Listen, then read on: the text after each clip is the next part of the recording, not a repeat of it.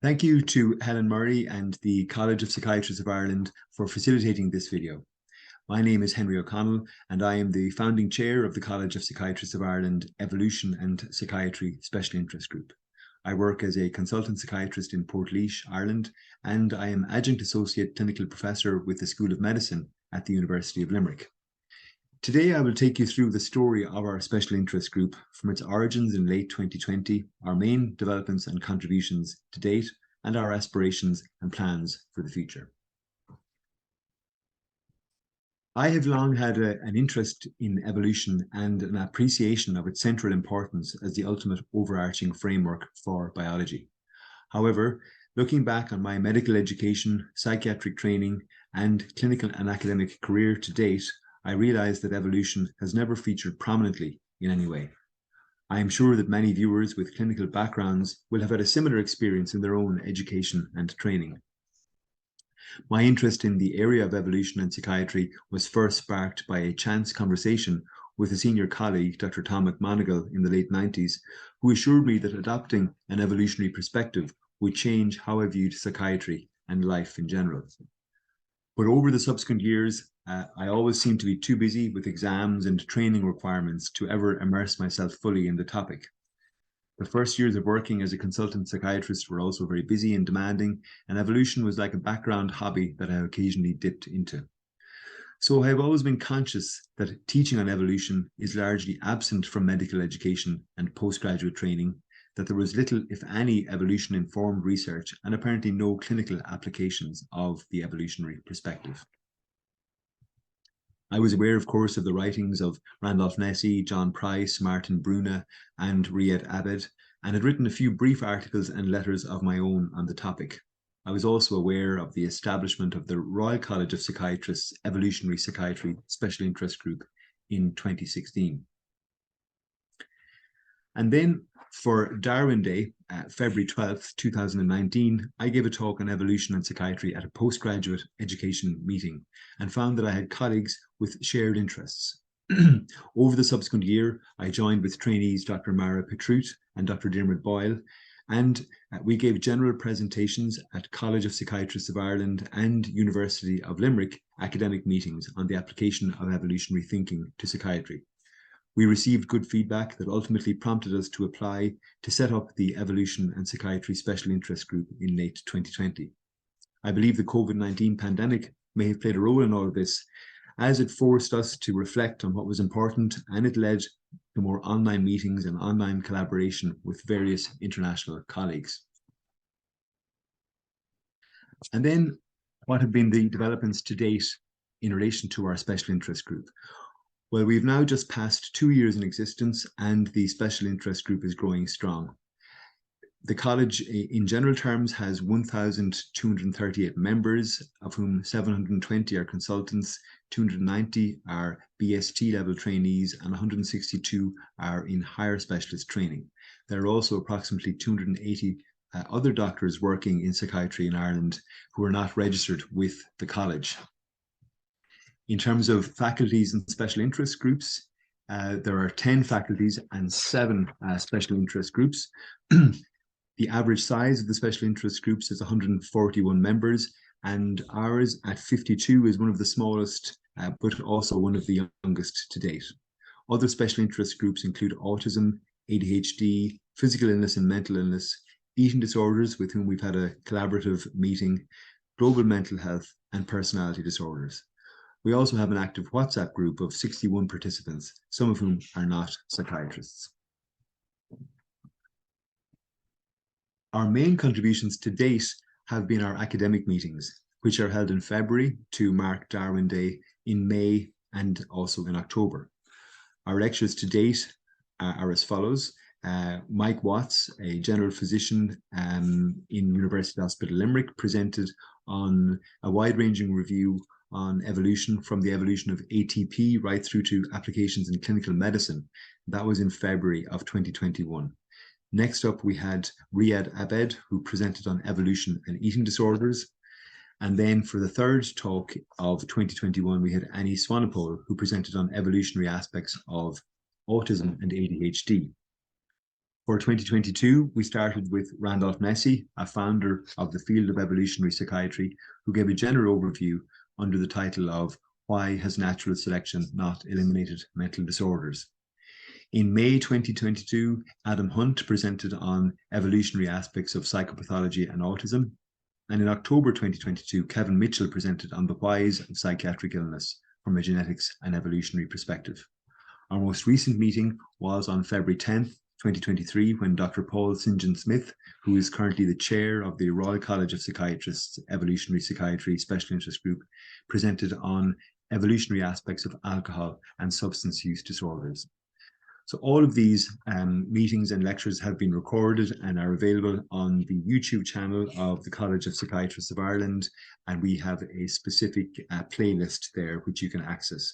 And the videos have been viewed over 100,000 times at this stage. We've also managed some publications over the last few years. So along with Mara Petrut, Dermot Boyle, and with input from Riyad Abed and Randy Nesse, we published in 2022 an overview article on evolution and psychiatry in the college trainee newsletter Think Tank. And I wrote a contribution for the Royal College Evolutionary Psychiatry Special Interest Group newsletter in 2021. We also published a review of Randolph Nesse's Good Reasons for Bad Feelings in the Irish Journal of Psychological Medicine in 2021. Gurjot Brar, who is a senior registrar, has also started to work on the topic with me, and so far we have published in the Irish Journal of Psychological Medicine a letter on evolutionary aspects of psychedelic drug use in psychiatry. Our review of Riyad Abed and Paul St. John Smith's edited volume has been accepted for publication by the British Journal of Psychiatry, and we are in the process of publishing a review of Robin Dunbar's most recent book on evolution and religion.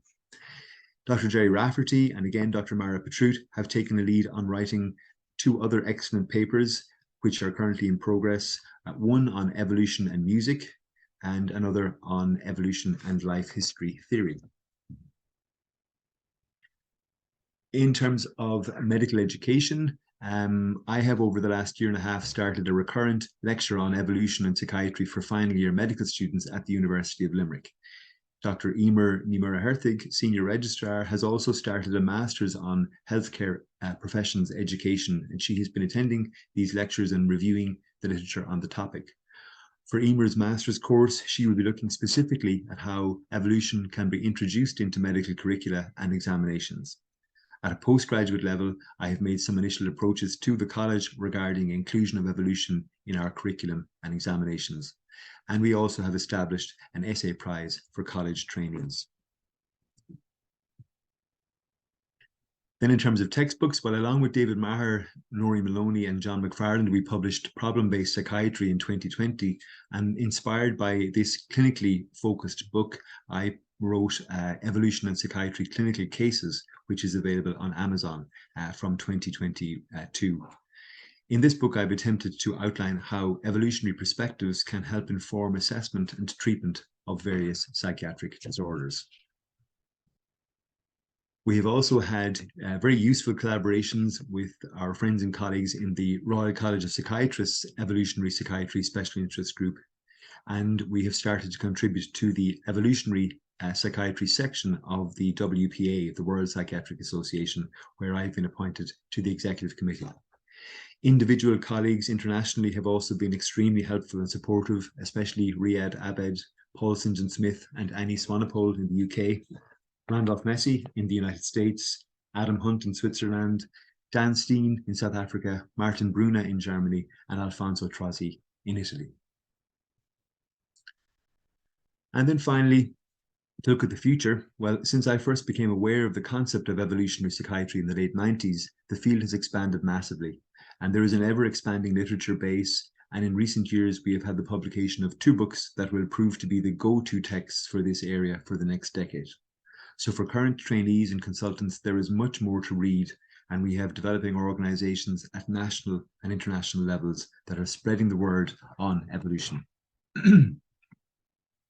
Regarding medical education, based on my experience to date with my own lectures, and in reviewing the literature, I realized the central importance of introducing evolution to doctors of the future at postgraduate level, at medical school, and even earlier.